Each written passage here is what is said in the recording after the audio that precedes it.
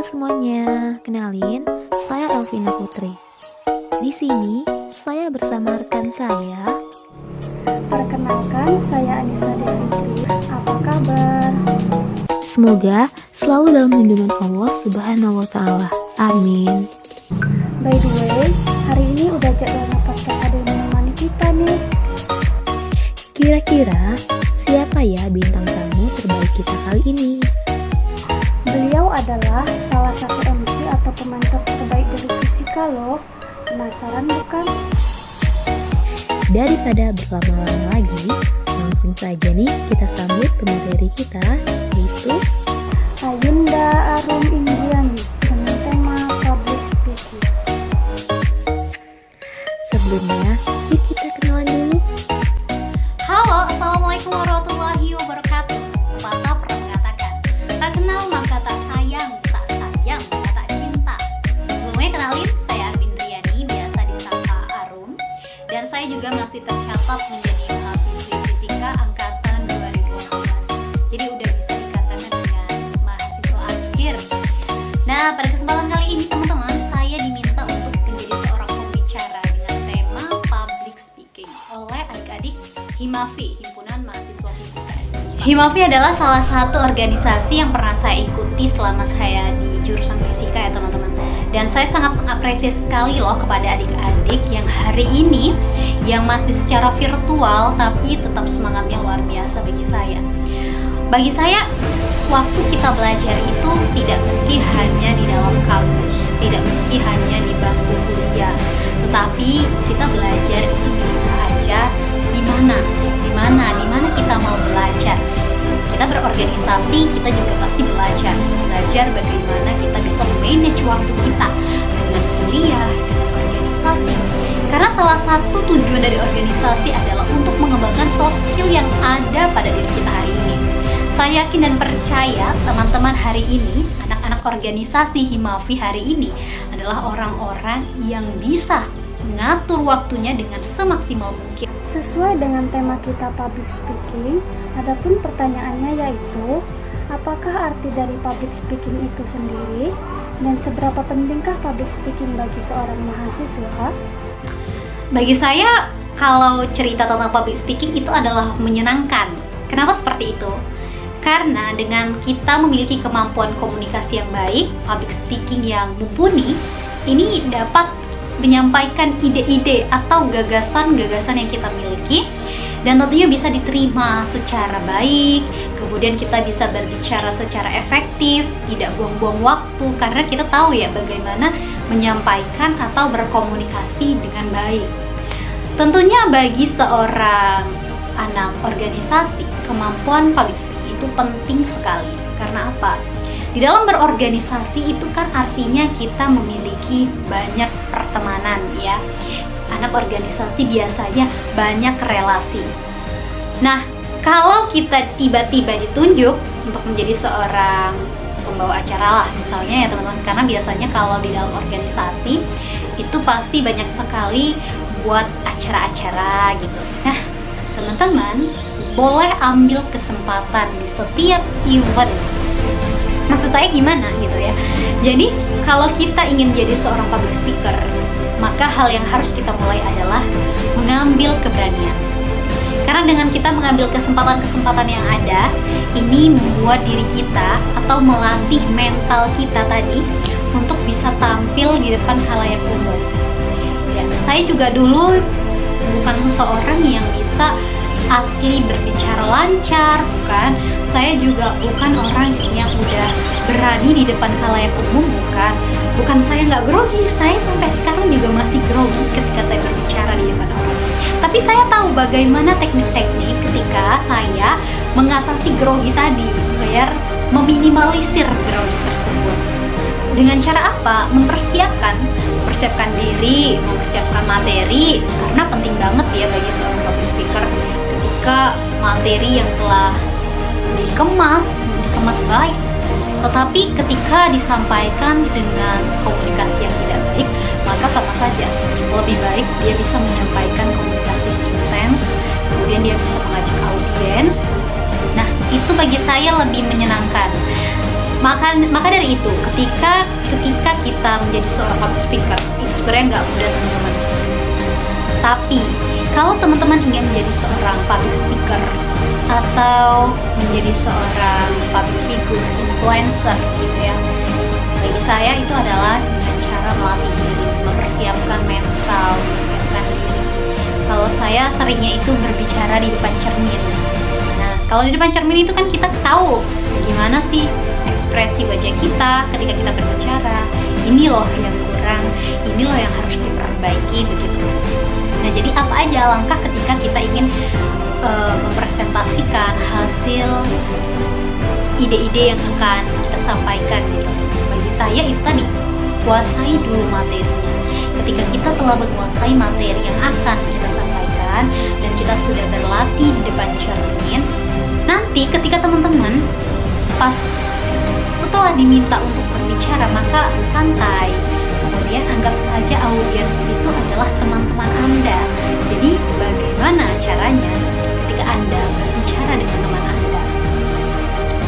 Menjadi seorang public speaker itu juga termasuk bagi saya berbicara mempengaruhi. Banyak ya sekarang influencer, apalagi di masa pandemi, maksudnya berbicara melalui virtual. Nah, kenapa sih mereka itu bisa merasakan apa yang kita rasakan?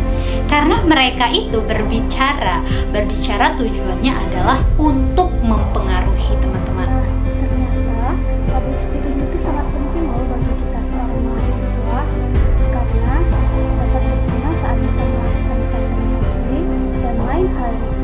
Pertanyaan kedua, sebagai awalan, apakah yang harus dipelajari mengenai public speaking? Bagaimana cara melakukan public speaking dengan baik dan benar, serta bagaimanakah cara mengatasi kendala-kendala ketika presentasi dengan public speaking itu sendiri? Nah, bagi saya itu tadi, kalau kita misalnya ingin menjadi seorang public speaker, ambil kesempatan yang ada, karena kesempatan itu nggak datang 2 kali. Kalau saya menerapkan dalam diri saya, kesempatan itu nggak datang 2 kali. Pengalaman itu sangat berharga. Nanti kalau teman-teman anak Himalvi sekarang nih, organisasi yang ada di Himalvi, ketika teman-teman nanti keluar dari kuliah gitu ya, misalnya udah tamat, kemudian kita bekerja gitu ya, ilmu komunikasi itu sangat penting sekali. Pengalaman itu juga sangat penting. Maka dari sekarang, ketika kita mengambil kesempatan, ambil gitu. Jangan takut. Urusan berhasil nggak berhasil itu urusan nanti. Yang penting kita ambil kesempatan. Kemudian pengalaman itu sangat berharga bagi saya. Pengalaman itu adalah guru yang sangat berarti. Karena dari pengalaman saya tahu, oh ini loh yang harus saya perbaiki. Oh ini loh yang benar-benar saya harus miliki begitu. Jadi setiap saya biasanya ngisi acara, saya nggak lancar, maksudnya nggak semuanya itu mutlak jalan mulus gitu, tidak. Ketika saya menjadi seorang MC pun juga, saya juga masih belajar. Ketika ada yang salah, saya selalu bawa buku kecil. Gunanya adalah apa? Saya tanya kepada orang, tadi ada yang salah nggak ya? Oh yang ini yang salah, saya catat tuh teman-teman. Karena apa? Ini perbaikan loh, ini perbaikan untuk saya ke depannya. Ketika nanti saya MC lagi, saya nggak boleh salah, karena ini udah ada catatan sama saya. Jadi bagi saya itu penting sekali ya, ketika pengalaman-pengalaman yang menurut saya menjadi guru bagi saya, bagi diri saya sendiri. Nah, kalau teman-teman ingin menjadi seorang public speaker, oke, dari sekarang tentukan apa-apa saja yang akan teman-teman lakukan. Kemudian to-do list, karena penting banget bagi saya juga. Saya orang yang mungkin bisa dikatakan visioner ya.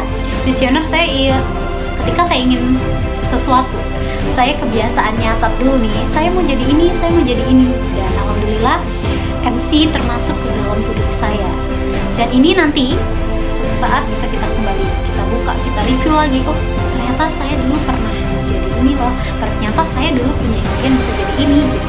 Dan bagaimana Kak untuk menyampaikan presentasi yang baik gitu ya, pertanyaan tadi dari adik-adik Himalvi gitu.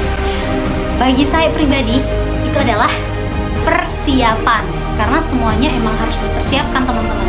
Kita butuh hidup juga dengan persiapan. Kita nanti mati, kita juga butuh persiapan gitu. Gak hanya dalam hal-hal kehidupan saja, tetapi dalam presentasi yang baik juga mempunyai persiapan yang matang.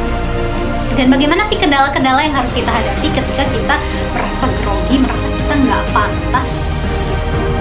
Maka yang ada, tindakan yang harus dilakukan adalah memulai.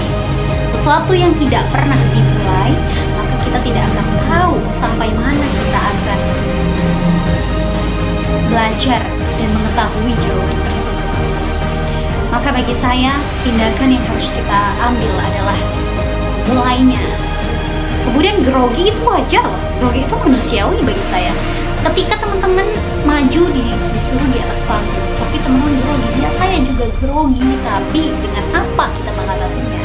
Teman-teman datang tepat waktu, kemudian teman-teman harus bisa mempersiapkan materi atau hal-hal yang harus dipersiapkan terlebih dahulu.